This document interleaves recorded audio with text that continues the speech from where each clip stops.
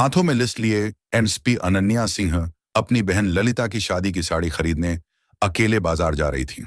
उसने लाल सलवार सूट, पैरों में साधारण जूते, चेहरे पर सादगी, ना कोई बॉडीगार्ड, बस एक आम बहन की तरह बाजार पहुंची।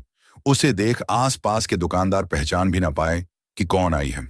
तभी उनकी नजर सीधे उसी पुरानी कपड़ों की दुकान पर गई जहां वह पहले भी कई बार बिना सिक्योरिटी चोरी छिपे आ चुकी थी। एसपी अनन्या धीरे धीरे दुकान में दाखिल हुई। दुकान बड़ी नहीं थी, लेकिन चारों तरफ रंग बिरंगी साड़ियों के थान सजे थे।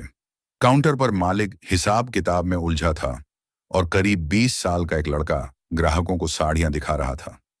अनन्या को आते देख किसी ने खास ध्यान नहीं दिया। सबको लगा कोई आम सी ग्राहक होगी। वह काउंटर के पास जाकर खड़ी हो गई और लड़के से बोली, भैया मेरी बहन की शादी है, उसके लिए एक बहुत अच्छी साड़ी चाहिए, कुछ बढ़िया डिजाइन दिखाएं। लड़के ने बेमन से कुछ साड़ियां काउंटर पर फैला दी। अनन्या एक एक साड़ी को उठाकर गौर से देखने लगी। उसे कभी रंग पसंद नहीं आता तो कभी बॉर्डर नहीं।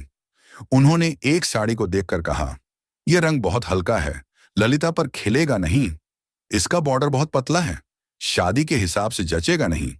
फिर अनन्या ने एक और साड़ी को पलटकर कहा, अरे यह तो बहुत ज्यादा छटक है। The Nykaa Diwali Dhamaka sale starts 11th October 4 p.m. onwards. ना चाहिए। इसी तरह आधा घंटा कब बीत गया पता ही नहीं चला। दुकान में ग्राहकों की भीड़ बढ़ने लगी थी। लड़के के चेहरे पर अब झुंझुलाहट साफ झलक रही थी। उधर रामलाल भी अपनी मोटी ऐनक के पीछे से बार बार अनन्या को घूर रहा था। फिर वह थोड़ा रूखेपन से कहा, सब एक से बढ़कर एक पीस हैं, मैडम जी इनमें से ही कोई ले लीजिए। लेकिन अनन्या का दिल मान ही नहीं रहा था। उनके लिए यह सिर्फ एक साड़ी नहीं थी, यह उनकी बहन के लिए उनका प्यार, उनका दुलार था। उन्होंने शांत स्वर में जवाब दिया, मुझे कोई जल्दी नहीं है भाई साहब, मेरी बहन की शादी का मामला है, सबसे अच्छा ही चाहिए। तो रामलाल ने धीरे से लड़के को इशारा किया। लड़का बड़बड़ाता हुआ तहखाने की ओर गया और कुछ ही देर में नए बंडल उठाकर ले आया और काउंटर पर रख दिया। अब काउंटर साड़ियों से भर चुका था। अनन्या एक एक साड़ी खुलवाकर देख रही थी और रामलाल का पारा चढ़ता जा रहा था। लड़का धीरे से अपने मालिक के कान में फुसफुसाया, आधे घंटे से दिमाग खराब कर रखा है, एक साड़ी तो पसंद आ नहीं रही। अनन्या ने उसकी बात सुन ली। एक पल को उन्हें बुरा लगा। वह चाहे तो 1 मिनट में इस दुकान पर ताला लगवा सकती थी, लेकिन आज वह अपनी पावर का इस्तेमाल नहीं करना चाहती थी। उन्होंने लड़के की बात को अनसुना कर दिया और फिर लगभग 1 घंटे की माथापेची के बाद उनकी नजर उस पर पड़ी, एक गहरे मरून रंग की साड़ी जिस पर सोने के धागों से चौड़ा बॉर्डर बना था और पूरी साड़ी पर महीन कढ़ाई का काम था। वह साड़ी जैसे ललिता के लिए ही बनी थी। अनन्या के चेहरे पर आखिरकार एक संतुष्टि की मुस्कान आ गई और उन्होंने साड़ी हाथ में लेते हुए कहा, हाँ बस यही चाहिए, इसे पैक कर दो। रामलाल ने राहत की सांस ली, जैसे कोई बड़ी मुसीबत टल गई हो। लड़के ने जल्दी जल्दी साड़ी को तय करके एक चमकीले पैकेट में डाल दिया। अनन्या ने पर्स से पैसे निकाल कर दिए और पैकेट हाथ में ले लिया। उसके मन में एक खुशी थी, एक सुकून था कि उन्होंने अपनी बहन के लिए सबसे अच्छी चीज चुन ली है। वह दुकान से बाहर निकलने के लिए मुड़ी ही थी कि उनकी नजर पैकेट के एक कोने से झांकते एक धागे पर पड़ी।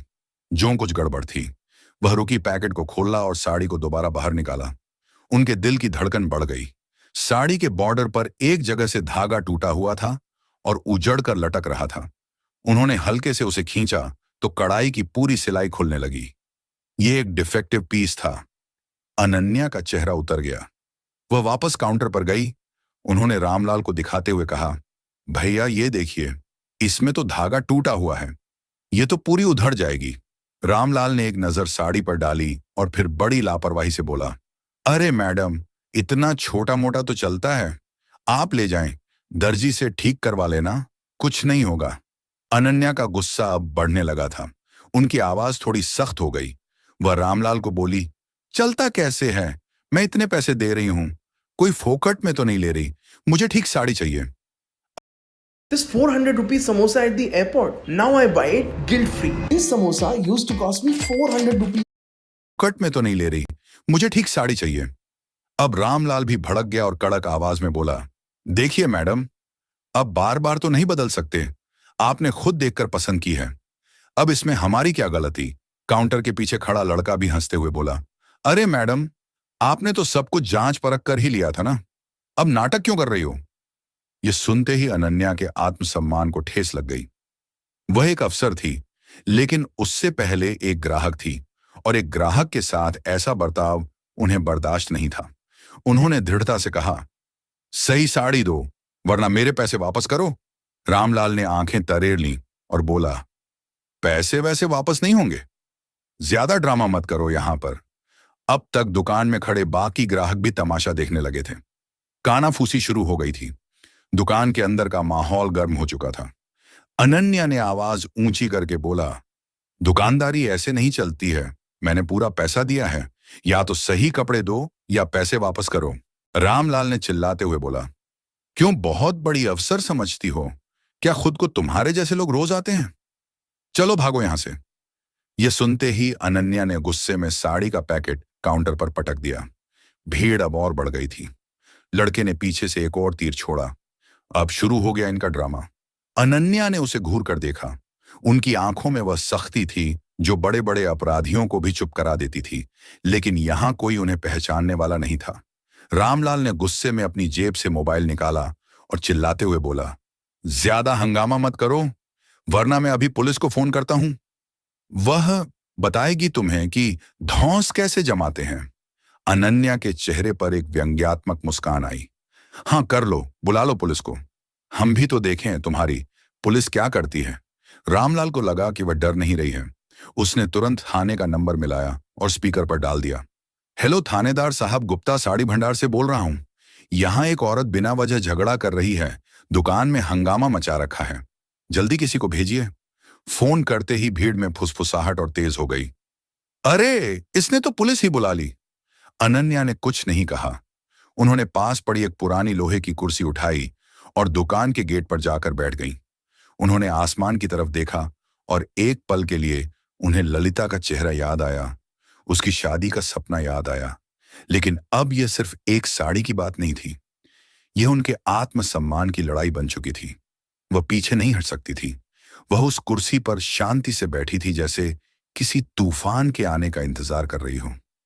मन में एक भरोसा था। उन्होंने खुद से कहा, कोई बात नहीं, पुलिस आएगी, मुझे पहचान लेगी और यह सारा तमाशा 1 मिनट में खत्म हो जाएगा। आखिर वह इसी जिले की एसपी अनन्या थी। हर थानेदार, हर दरोगा उन्हें पहचानता था। पूरा पुलिस डिपार्टमेंट उन्हें सलाम करता था। लेकिन शायद किस्मत को आज उनकी परीक्षा लेनी थी। 10 मिनट बाद पुलिस की एक पुरानी जीप धूल उड़ाती हुई दुकान के सामने आकर रुकी। जीप से एक दरोगा विक्रम सिंह और 2 सिपाही नीचे उतरे। दरोगा विक्रम सिंह की तोंद बाहर निकली हुई थी और चेहरे पर एक अजीब सी अकड़ थी। भीड़ उन्हें देखकर किनारे हो गई। रामलाल दौड़कर दरोगा विक्रम सिंह के पास गया। उसने अनन्या की तरफ इशारा करते हुए कहा, साहब यही है, वह औरत बिना बात के झगड़ा कर रही है, हमारी दुकान का माहौल खराब कर रही है।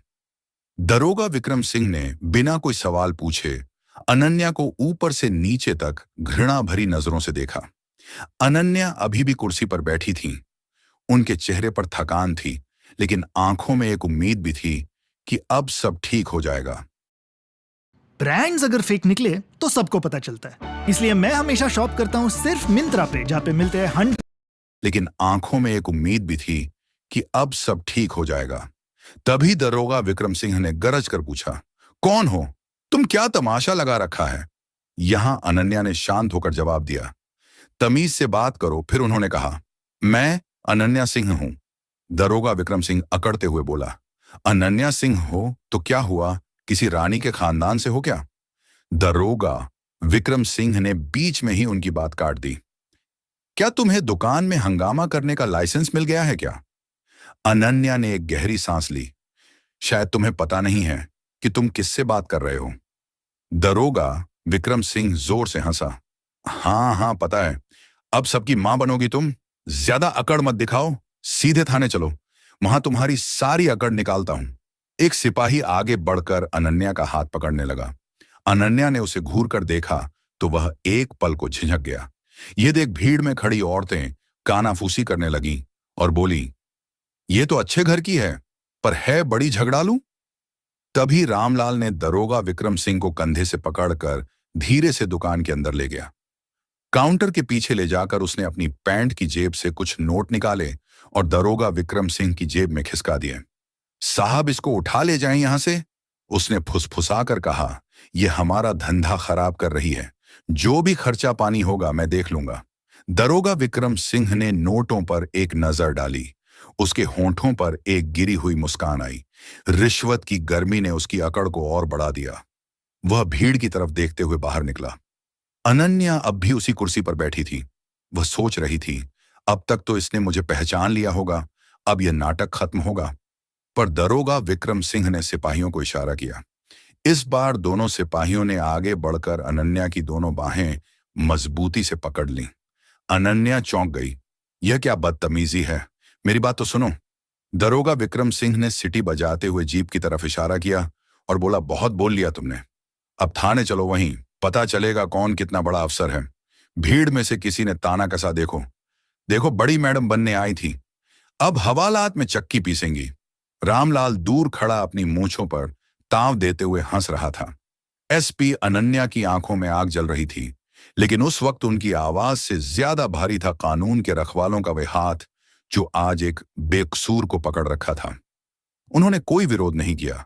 वह जानती थीं कि अगर उन्होंने यहां अपनी पहचान बताई तो ये लोग शायद यकीन ना करें और तमाशा और बढ़ जाए। जीप का दरवाजा खुला। सिपाहियों ने उन्हें लगभग ढकियाते हुए अंदर बिठा दिया। जीप का दरवाजा बंद हुआ और उनकी इज्जत, उनका पद, सब कुछ उस बंद दरवाजे के पीछे कैद हो गया। गाड़ी जैसे ही गली से बाहर निकली, रामलाल ने राहत की सांस ली और अपनी दुकान का शटर गिरा दिया। धंधा फिर से अपनी रफ्तार पकड़ लेगा, लेकिन एसपी अनन्या सिंह की इज्जत को थाने के रास्ते पर घसीटा जा रहा था। पुलिस जीप धूल उड़ाती हुई थाने के गेट पर आकर रुकी। यहां बाजार की भीड़ तो नहीं थी, बस कुछ मुजरिमों के रिश्तेदार और पुलिस वाले थे। माहौल में एक अजीब सी उदासी और खामोशी थी। दरोगा विक्रम सिंह जीप से उतरा और एक सिगरेट सुलगकर कश लेने लगा और सिपाही ने जीप का दरवाजा खोले और अनन्या को बाहर खींचकर निकाला गया। लेकिन अनन्या सिर्फ चुप थी, कोई बहस नहीं, कोई गिड़गिड़ाहट नहीं। उनकी सीधी नजर दरोगा विक्रम सिंह के चेहरे पर थी, लेकिन रिश्वत और अहंकार में डूबे उस दरोगा विक्रम सिंह को कुछ भी समझ नहीं आ रहा था। दरोगा विक्रम सिंह ने उन्हें धक्का देते हुए कहा, ले चलो थाने के अंदर। थाने में अंदर एक हेड कांस्टेबल बैठा फाइलें पलट रहा था। उसने पूछा, साहब ये कौन लड़की है? दरोगा विक्रम सिंह ने घमंड से कहा, यह बहुत बड़ी तोप बनी फिरती थी, एक दुकानदार से झगड़ा कर रही थी। ऐसे ही लोग शहर में दंगे करवाते हैं। इसे हवालात में डालो, सारी गर्मी निकल जाएगी। अनन्या ने एक आखिरी बार कोशिश की। मैं अनन्या सिंह हूं, हेड कांस्टेबल ने बीच में ही टोक दिया। नाम पता बाद में कागज में लिख लेंगे मैडम, पहले अंदर चलिए। एक सिपाही ने लोहे का एक भारी गेट खोला और उन्हें हवालात में डाल दिया। अंदर सीलन भरी हवालात थी, दीवारों से पपड़ी उतर रही थी और हवा में एक अजीब सी बदबू थी। एक कोने में टूटी हुई चारपाई पड़ी थी। अनन्या ने एक गहरी सांस ली। ये वही हवालात थी जिसका उन्होंने कुछ दिन पहले ही निरीक्षण किया था। आज वो खुद इसमें एक कैदी बनकर खड़ी थी। दरोगा विक्रम सिंह ने बाहर से ताला लगाया और जोर से हंसा और बोला, अब बनो अफसर और रानी बाई। हवालात की दीवारों पर अनन्या के चेहरे की परछाई कांप रही थी और मन ही मन सोच रही थी कि कितने नीचे गिर चुके हैं ये लोग, इनकी किए की सजा जरूर दूंगी। ये कैसा इंसाफ है जो सच और झूठ में फर्क नहीं कर सकता। इतना सोच ही रही थी, तभी उसी थाने में हवालात के बाहर लकड़ी की एक पुरानी कुर्सी पर एक दूसरा दरोगा बैठा था। उसका नाम था राजेंद्र सिंह। उम्र ज्यादा नहीं थी, लेकिन वो अपने काम में बेहद ईमानदार और तेज माना जाता था। वो एक केस की फाइल देख रहा था जब उसकी जीप के आने की, गेट के खटखटाने की और ताला बंद होने की आवाज सुनाई दी। राजेंद्र सिंह ने सिर उठाकर देखा। उसकी नजर हवालात की सलाखों के पीछे गई। अंदर लाल सूट पहने एक औरत चुपचाप जमीन पर बैठी थी, लेकिन उसके चेहरे पर कोई डर। Wanna have a credit card that has 100% approval rate? Believe it or not, you can get a credit card. पर बैठी थी, लेकिन उसके चेहरे पर कोई डर या घबराहट नहीं थी। वही शांति, वही तेवर, वही रुतबा जो उसने कई बार जिले की बड़ी बड़ी मीटिंग्स में देखा था। उसने अपनी फाइल बंद की।